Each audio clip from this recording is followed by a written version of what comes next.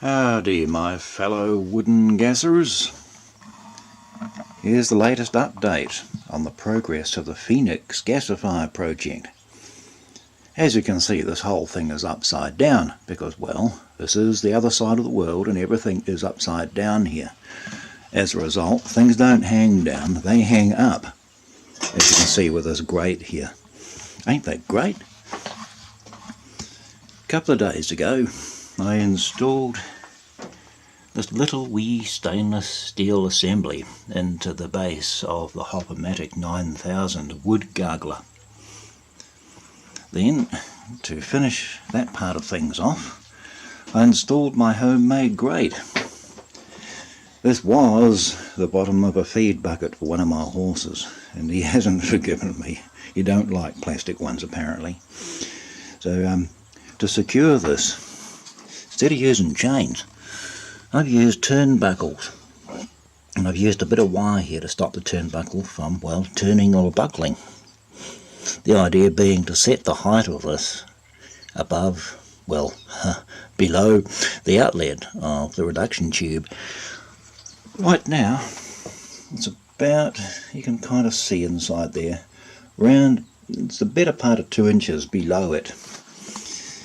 I have a whole bunch of holes here. These were imported from Germany, and they've been installed very lovingly so as to let the charcoal berries flow out, and of course any charcoal berries that want to can flow out over the top and fall upwards, as things do here because everything's upside down at the bottom of the world. To make the gratey shakery bit, I used a piece of the old gasifier and bolted him to the side of the grate, and then after a little modification to my existing shaker assembly, I rigged it up so as it engages with that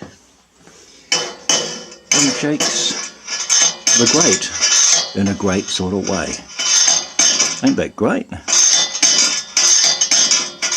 So hopefully that will be enough to agitate the wood gas bug carcasses so they'll fall out through the holes and go down to the bottom of the gasifier, which is patiently waiting over here.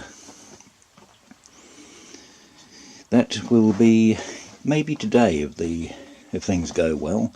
Will be cleaned up and bolted to the underside of the gasifier body. Got me some nice new bolts here. Bolts, very yummy. Those will hold the bottom on. It will be sealed with high temperature RTV.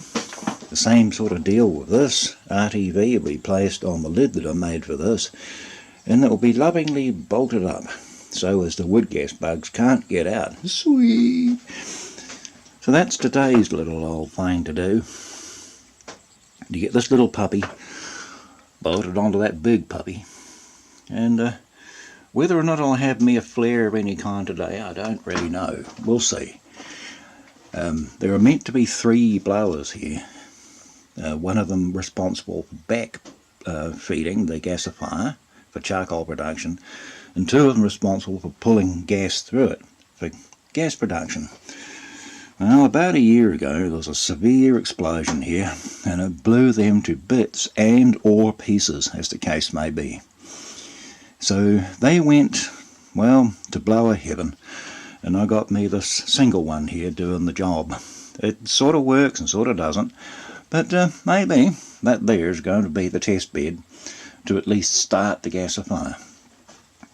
As for the condition of the filter system and the cyclones and all, I can't really say. The gasifier's been sitting for a fair old while, and it may be slightly boogered. We'll find out. Actually, one big old problem I've had, because I've got 2 cyclones here, the gas going down to the carburetor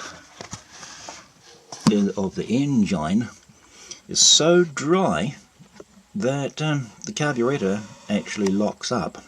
Now, I'm told that this kind of problem happens when you're feeding, say, forklifts and other engines like that on compressed natural gas.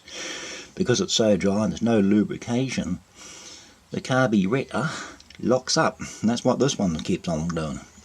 It ain't tar, it's just dry. Dry, dry, dry. Like a camel's cookie. Yes, that's right. Camels do eat cookies.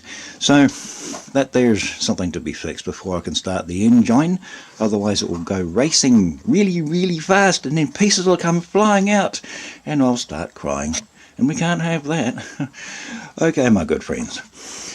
Enough of my coffee-fueled rant. I'm going to swing on a wrench and see what happens.